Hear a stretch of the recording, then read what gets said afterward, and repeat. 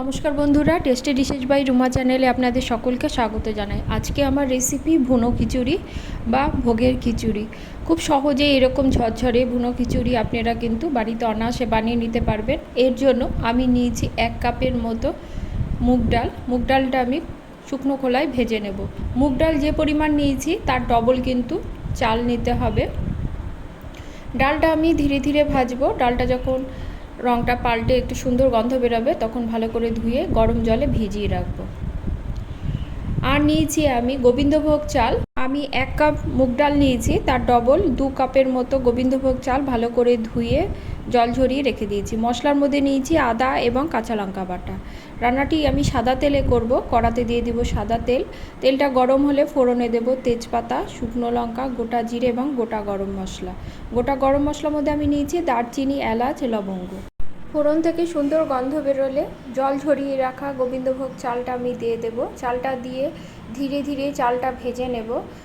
3 থেকে 4 মিনিটের মতো কিন্তু আমি চালটা ভেজে নিয়েছি। চালটা ভাজতে ভাজতে দেখবেন বেশ ঝরঝরে হয়ে যাবে। এই পর্যায়ে আমি এতে যোগ করব বাটা মশলা, অর্থাৎ আদা এবং কাঁচা লঙ্কা বাটা এবং কিছু গুঁড়ো মশলা যেমন জিরে গুঁড়ো, ধনে গুঁড়ো, আর দেব হলুদ। সব মশলা দিয়ে চালটা আবারও ভালো করে মিশিয়ে নিয়ে আরও মিনিট 2 মতো ভেজে নেব। চালটা আমার ভাজা প্রায় হয়ে গেছে। এবার গরম জলে ভিজিয়ে রাখা মুগ ডালটা আমি এর মধ্যে দিয়ে দেব। ডালটা দিয়ে আরও মিনিট খানেকের মতো ভালো করে মশলার সঙ্গে কষিয়ে নেব। ডালটা আমার কষানো হয়ে গেছে। এবার আমি এতে জল যোগ করব। আমি কিন্তু উষ্ণ গরম জল ব্যবহার করেছি এবং যে পরিমাণ চাল ডাল নিয়েছি, অর্থাৎ চাল ডাল মিলে আমি 3 কাপ নিয়েছি, এর ডবল আমি জল নিয়েছি।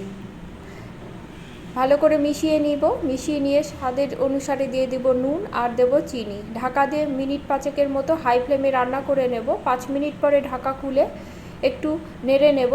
নেড়ে নিয়ে আবারও ঢাকা দিয়ে দেব। গ্যাসের ফ্লেমটা কিন্তু একদম লোতে রেখে মিনিট 2 মতো রান্না করে নেব। ঢাকা খুলে এর মধ্যে যোগ করব কাজু এবং কিশমিশ। আপনারা এখানে কিন্তু কাঠবাদামও যোগ করতে পারেন। আমার কাঠবাদাম ছিল না, আমি কাজু বাদাম একটু ভেজে নিয়ে তার মধ্যে যোগ করেছি।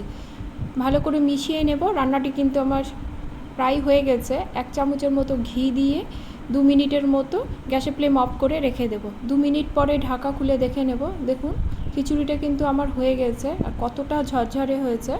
আরও ঠান্ডা হলে আরও ঝরঝরে হয়ে যাবে। আমি একটু দেখিয়ে দিচ্ছি কতটা ঝরঝরে হয়েছে এবং চাল এবং ডালটা কতটা সুন্দরভাবে সেদ্ধ হয়েছে। আমার এই ভুনো খিচুড়ি রেডি। যে কোনো বিশেষ করে আলুর দম, পাঁচমিশালি সবজি দিয়ে খেতে কিন্তু দুর্দান্ত হয়। আজকে আমার এই ভুনো খিচুড়ির রেসিপিটি যদি আপনাদের ভালো লাগে লাইক, কমেন্ট করবেন এবং সাবস্ক্রাইব করে পাশে থাকবেন। আজ তাহলে এ পর্যন্তই। দেখা হবে পরের কোনো রেসিপি নিয়ে। সকলে খুব ভালো থাকবেন। ধন্যবাদ সকলকে।